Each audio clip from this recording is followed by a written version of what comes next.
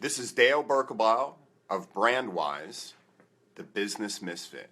Yeah, we're here again talking about all the things business related, sales related, that sort of thing.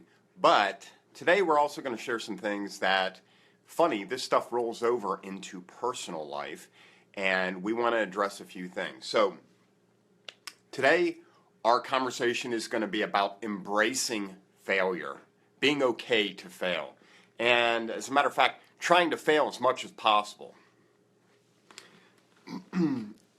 It's funny because as people, of course, nobody wants to fail. Why would we want to look stupid? Why would we want to purposely fail? Well, none of us purposely tries to fail, but in order to fail, if we do not fail, we're unable to move forward, and we're never going to fail if we don't try something new. So yesterday I did a webinar, and overall I think there were several things that were awesome about it, and there were quite a few things that I wish I had done differently or better. And today I can look at it and I can say, well, that was a failure, and maybe I should hang it up because I don't know what the heck I'm doing. So, you could hang it up. It could be a failure, but we are not going to look at it as a failure. We're going to look at it as a success, and here's why. I take failure and I learn from it and I improve and I make the next webinar or the next event or the next marketing campaign or the next whatever, and this can be something in your personal life too, the next relationship or the next sales call or the next whatever, right? The next hobby, the next project, anything that you're doing, it's okay to fail. And once you embrace that and you get over the fact that failure is not a problem, okay? So I used to say failure's not an option, right? That's how I ran my company. Failure's not an option. I got to get out there and I got to go do it, and it doesn't matter.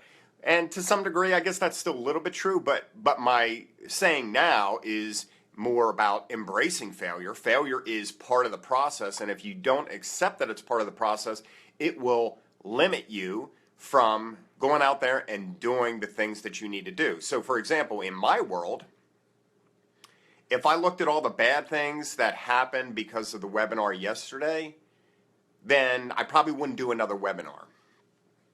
Once I got off the webinar though, I planned that in January we're going to do another one. So we're putting some things together and putting some things in place now to improve next month's webinar. And I'm embracing the failure, right? And so what I want to talk about a little bit is don't let your ego get in the way of your success, okay? And if I decided that, you know what, there were too many problems in that webinar yesterday, I'm not going to do it again, then my ego, my pride is what is keeping me from doing it again. And that's keeping me from success because this is truly something that could be beneficial. The other thing is, I've been doing videos for a while, and this was one of my 2016 goals, was to do more videos. Linda West introduced me to the GSD 31-day challenge to do Facebook Live videos, and I thought, man, I don't know. That's there's no way to post-production, make things beautiful, clean things up, get rid of all the ums, so's, all those filler words that I tend to use. It's just putting it out there, and whatever it is, and you just have to accept it.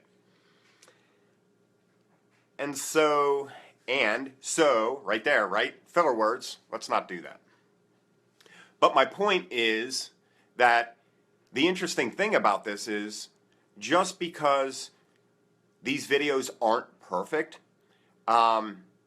they are much better than some of the ones I was trying to polish up and make perfect, right? People are getting to know who I am and how I feel and how I act and my mannerisms and connect with me as a person instead of being 100% polished and perfect. And, obviously my ego is not in this, and I'm not losing. Hey, Lori, how you doing? Glad you joined us today. And so part of that means that we have to be okay with being vulnerable, and we have to be okay with looking dumb, right? If we can get over the fear of people thinking we're stupid or we're dumb or, whatever, then we can get over the whole ego thing, and we can just keep focusing on the failures. Let's get out there and let's fail, fail, fail, fail, fail. Keep failing, because the more we fail, the more we're going to reach the success that we're shooting for. The more action we're taking to reach the success we're shooting for. Who was it? Thomas Edison, I believe, that said, I failed 10,000 times or 1,000 times at making a light bulb, right? But he didn't look at it as failure. It was just one step in the process to getting closer to what he was trying to get to. The same is true for your success. Dream big. Get big dreams and figure out how to go after them. And the only way to go after them is to get out there and fail. And so you have to be okay with this whole failure thing. You have to figure out how to overcome your ego. You have to get over the fact that, hey, sometimes you're going to look dumb, and you just take that, that knock on the chin, and you get back out there and you fight another day. And the only time it's failure, really, is that day that you do not get up and go back out there and fight. So keep fighting, keep failing. And again, this is Dale Berkelbaugh with Brandwise, the Business Misfit, and thank you so much for watching, and we will continue this video series. We're on day 8, so we got a few more days ahead of us. I will see you tomorrow. Have a great day.